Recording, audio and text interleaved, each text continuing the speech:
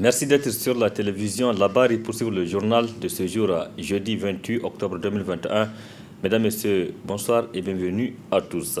8 mois après la fermeture de la mine de la compagnie minière d'Akuta, la Cominac, c'est dans la région d'Agadez, précisément dans la ville d'Arlita, les autorités nigériennes et les différents acteurs multiplient les rencontres pour gérer l'après-fermeture. Dans cette optique, la ministre des Mines a animé hier un point de presse pour parler donc du processus de cette fermeture et de l'après-fermeture. Le résumé avec Brema Boubacar Ibrahim et Sadoumi. Cette sortie médiatique de la ministre des Mines vise à apporter plus de précisions sur les raisons ayant conduit à l'arrêt des activités de la production d'uranium de la compagnie minière d'Akuta. À travers ce point de presse, il était aussi question d'informer sur le financement de réhabilitation des sites dont 4 actionnaires en auront la charge. Comme vous le savez, la compagnie minière d'Akuta a arrêté ses activités de production d'uranium le 26 mars 2021, conformément à la décision de son conseil d'administration extraordinaire tenu le 23 octobre 2019. Cet arrêt était motivé par l'épuisement des gisements économiquement rentables. Et conformément à la réglementation, la Cominac a entamé l'étude d'avant-projet sommaire de remise du site depuis 2014. Avec l'arrêt imminent, le conseil d'administration du 20 juin 2018 a demandé une étude d'avant-projet détaillée. Le coût global des travaux de RDS était estimé à hauteur de 95 402 milliards de francs CFA. Le financement des travaux devait être fait au prorata des actions détenues par chaque actionnaire. Notamment, Orano avait 34%, Sopamine 31%, Ourd, compagnie japonaise 25%, et Nusa, compagnie espagnole 10%. S'appuyant sur le plan social où c'est plusieurs centaines de salariés qui seront impactés par cet arrêt de production, la ministre déclare qu'à l'issue des négociations avec la Cominac, plusieurs centaines de millions avaient été déjà versés comme office de droit légal. Il faut dire qu'au plan social et sociétal, l'État a accompagné les salariés, les sous-traitants et les populations locales dans les négociations avec la Cominac. À titre d'exemple, la Cominac a versé près de 323 millions de francs CFA pour les 600 salariés des sous-traitants au titre des droits légaux. Il est également rappelé qu'à travers toujours ce point de presse, la ministre précise que dans le cadre de la gestion globale du dossier du site de la Cominac, l'État a créé des cadres d'échange composés d'un comité interministériel d'orientation, des techniques chargées de la préparation des dossiers, un comité local et un autre ad hoc de suivi de l'étude sur les impacts pour s'assurer que les choix techniques des options et des travaux de réaménagement du site sont conformes à la réglementation en vigueur. Le Conseil économique et social et culturel CESOC tient les travaux de sa deuxième session ordinaire depuis le lundi 25 octobre dernier. Au 4e jour, ce jeudi donc, les participants ont eu droit à la présentation de la déclaration de la politique générale du gouvernement. Le point avec Ibrahim Boubacar que nous retrouvons, mais cette fois-ci sur les images de Abakar Soleil. Les travaux en séance plénière de la deuxième session ordinaire du Conseil économique, social et culturel CESOC se poursuivent activement avec au programme une communication de la primature sur la déclaration de politique générale du gouvernement.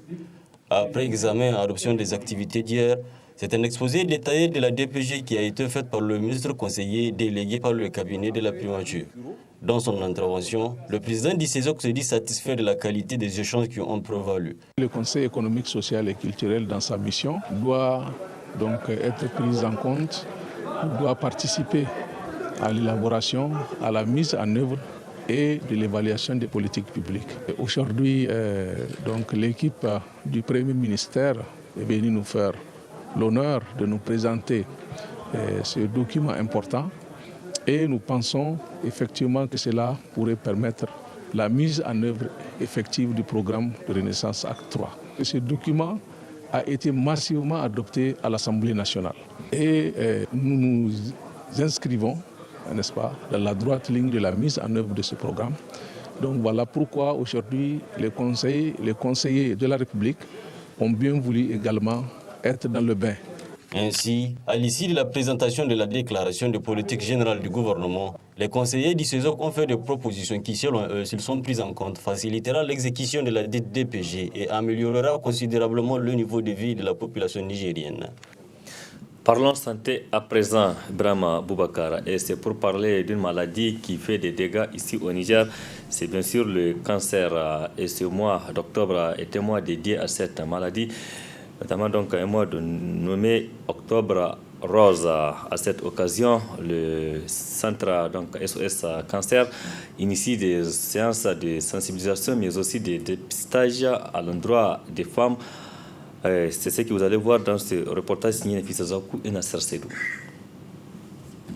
Le cancer est une des maladies les plus mortelles au monde. Chaque année, des milliers de personnes meurent de cette maladie. C'est au vu de cela que le mois d'octobre a été choisi pour mener des actions de lutte contre cette maladie, d'où cette appellation Octobre Rose. Le 1er octobre à aujourd'hui, nous arrivons à avoir un maximum de femmes qui viennent se faire dépister à notre centre. Nous faisons effectivement le dépistage du cancer du col et des seins ici dans notre centre et la prise en charge des lésions précancéreuses. Il y a les femmes de Niamey qui viennent un peu partout dans les quartiers du Niamey, mais aussi nous avons les femmes environnantes qui viennent de Maklondi. Souvent, elles viennent surtout actuellement, même elles sont actuellement dehors. Donc, en grand nombre, elles viennent en équipe pour se faire dépister. Le dépistage, il est rapide, simple et efficace. Il ne fait pas, mais il n'est pas douloureux. Les femmes viennent au maximum 5 minutes, on te dépiste et on te donne le résultat sur place. Le dépistage est un moyen efficace dans la découverte des indices d'un cancer ou pré-cancer. Consciente de cela, plusieurs femmes se rendent dans les centres en charge de cette opération pour se faire dépister. Ce qui m'a motivée à venir me faire dépister, j'ai vu des cas de femmes qui ont été atteintes du cancer jusqu'à la phase finale. Donc cela m'a un peu choquée parce que si elles s'étaient fait dépister à temps, elles n'allaient pas subir ces conséquences néfastes. Je me suis fait dépister encore ce matin et je bénis Dieu parce qu'elles ont l'accueil chaleureuse. Elles sensibilisent, elles motivent les femmes à venir. Depuis qu'on a commencé maintenant, on a 140 et quelques femmes qui ont fait le dépistage. Même les maladies, petites maladies, là maintenant, on voit que c'est bon. Toutes les femmes qui sont venues dépister, ils se sentent mieux. J'ai appris le dépistage avec Madame Ali Adiza. C'est elle qui m'a informée. Et j'avais la belle-mère de ma grande sœur aussi qui avait le cancer du sein jusqu'à elle est décédée. C'est pour cela, dès que j'ai entendu ça, je suis venue me dépister et après je suis en train de sensibiliser les femmes. Le cancer est une maladie née de la transformation de cellules normales en cellules tumorales. Un processus en plusieurs étapes qui a généralement pour point de départ une lésion précancéreuse, laquelle devient ensuite une tumeur maligne. Le tabagisme, la consommation d'alcool, une mauvaise alimentation, un manque d'activité physique et la pollution de l'air sont autant de facteurs de risque de cancer. Santé encore, Nafisa Zakou. Et c'est pour parler de la visite de l'ambassadrice des États-Unis auprès des Nations Unies qui s'était rendue hier au centre de vaccination de la COVID-19 du district sanitaire Niamey 1. L'objectif de ce déplacement était de constater l'opération de distribution de doses auprès de la population nigérienne. C'est ce que vous allez voir dans cet élément de nos confrères du studio Kalangou.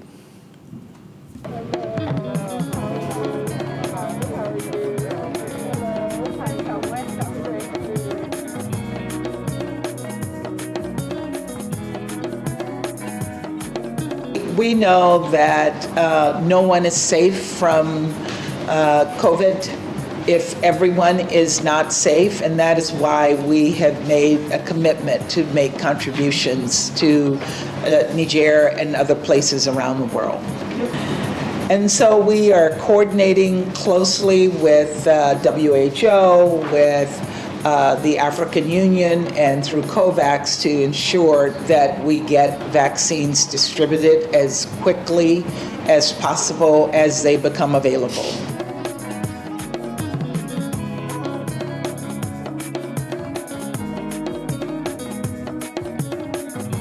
What is the rate of COVID here? Because I heard it's very low.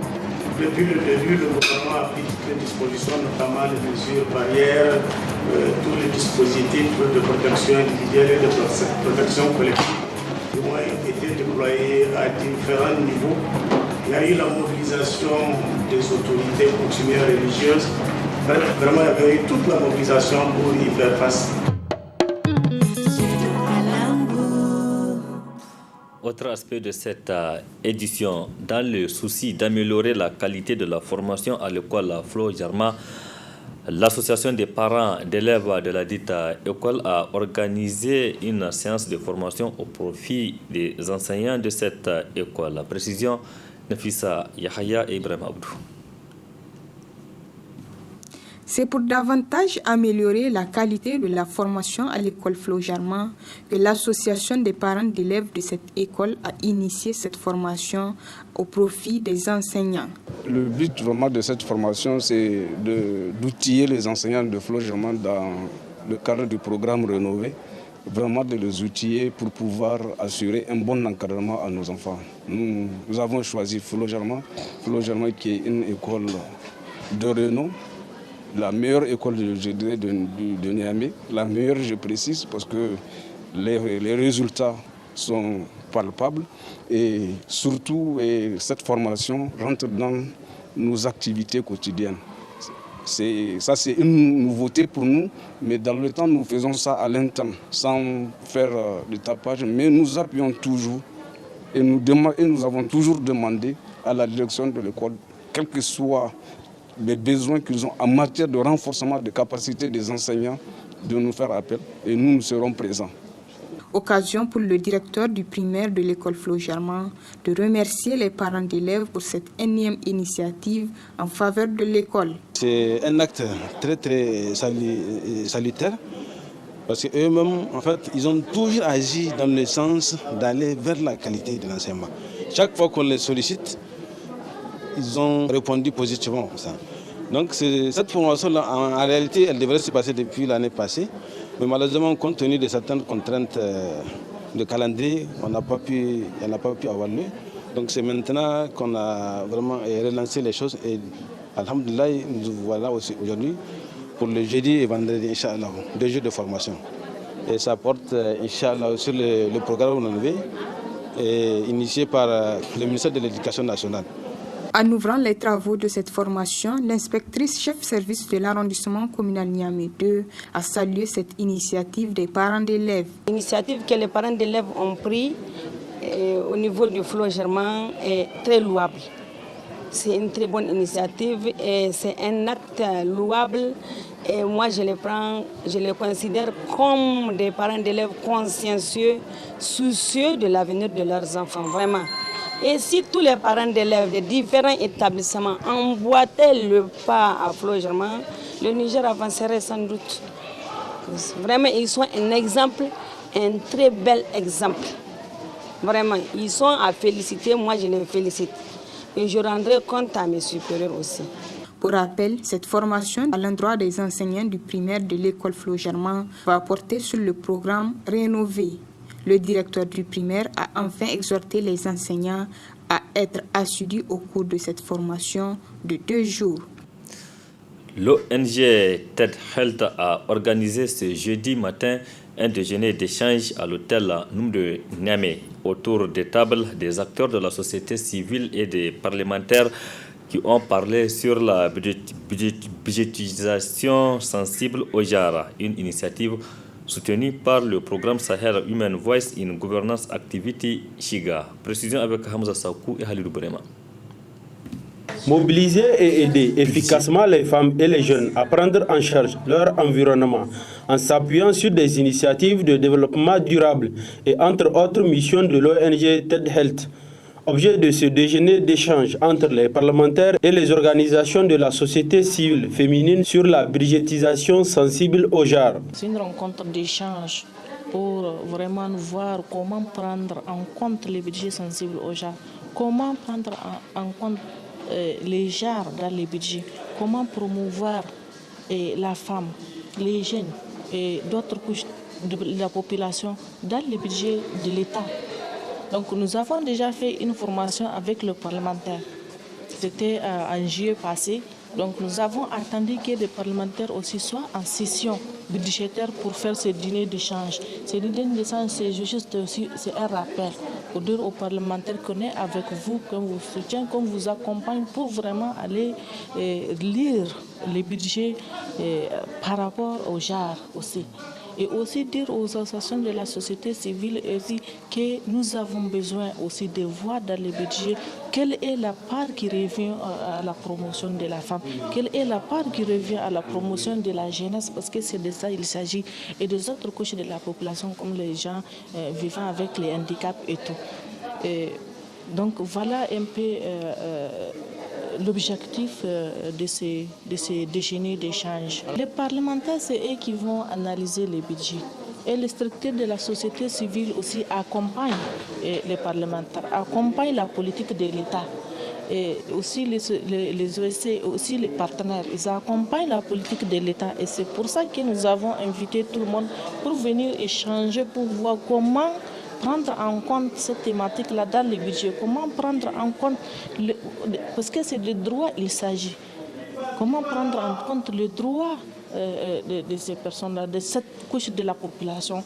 Une rencontre riche par les contributions des participants. C'est l'occasion pour nous, maintenant que le PDS est en cours d'élaboration, d'intégrer les aspects liés aux femmes dans cette politique publique, de sorte que ça soit une référence pour les budgets des ministères sectoriels. Et donc, ça va permettre en fait d'avoir plus de programmes qui concernent les femmes et qui vont être exécutés pour le bien-être de la femme. C'est un thème que nous connaissons déjà, mais qui n'est pas jusqu'à présent inséré au niveau des différents ministères, et ça permettra de mieux voir et surtout de comprendre ce qu'on entend par budgétisation sensible au genre.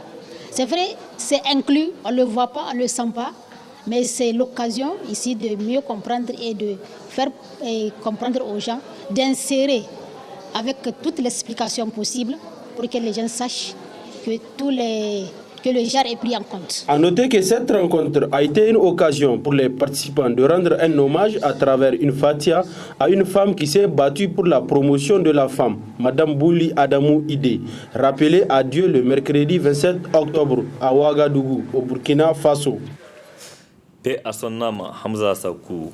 Le conseiller du Conseil supérieur de la communication CSC sont en session du mois d'octobre 2021, donc c'est la session ordinaire comme toutes les autres sessions.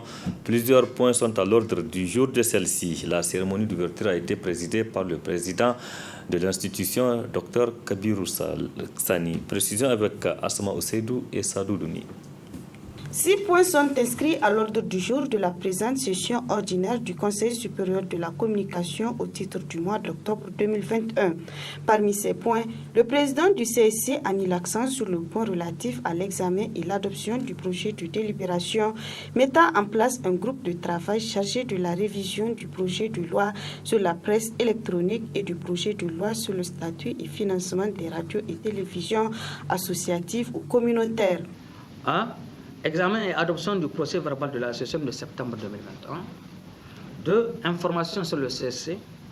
3. Examen et adoption des travaux de la commission éthique, déontologie et carte de presse. 4.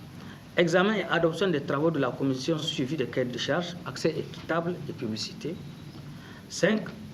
Examen et adoption du projet de délibération mettant en place un groupe de travail chargé de la révision du projet de loi sur la presse électronique et du projet de loi sur les statuts et financement des radios et télévisions associatives ou communautaires. Enfin, 6 questions diverses. Le CSC a pris l'initiative de mettre en place ce groupe de travail, conformément aux dispositions de l'article 9 de la loi numéro 2012-34 du 7 juin 2012, portant composition, attribution, organisation et fonctionnement du Conseil supérieur de la communication, qui dispose que le Conseil supérieur de la communication peut formuler à l'attention des pouvoirs exécutifs et législatifs des propositions, des avis et des recommandations sur les questions relevant de sa compétence. Le Conseil supérieur de la communication délibère sur toutes les questions intéressant la communication, notamment les questions de qualité des activités des médias du secteur public et privé de la communication. Fin de citation. Au terme de l'article 157 de la Constitution du 25 novembre 2010, le Conseil supérieur de la communication a pour mission d'assurer et de garantir la liberté et l'indépendance des modes de communication audiovisuelle, de la presse écrite et électronique dans le respect de la loi. Dans le cadre de sa mission de régulation, le CC envisage d'élaborer des avant-projets de 2 textes relatifs à la communication, à savoir la loi sur les conditions de création, d'installation et d'exploitation des médias en ligne et celle relative au statut et financement des radios communautaires ou associatives au Niger et de mener un plaidoyer pour leur adoption.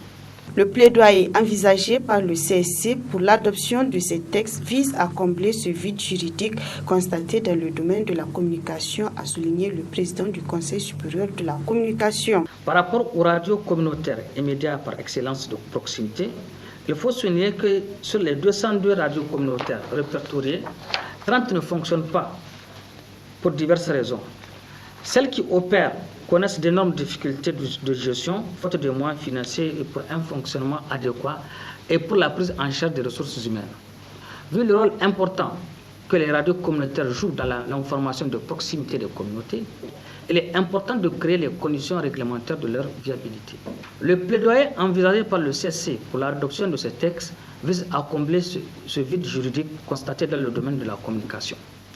C'est à cet effet que le CSC envisage la mise en place d'un groupe de travail chargé de la révision des projets de loi sur la presse en ligne et sur le statut et financement des radios communautaires ou associatives avec l'appui financier de l'Union européenne à travers le projet EISA. Au-delà de l'examen et l'adoption du projet de délibération mettant en place le 10 groupes de travail, le CSC examinera et adoptera les travaux de la commission éthique, déontologie et carte de presse de la commission, suivi des cahiers de charges, accès équitable et publicité.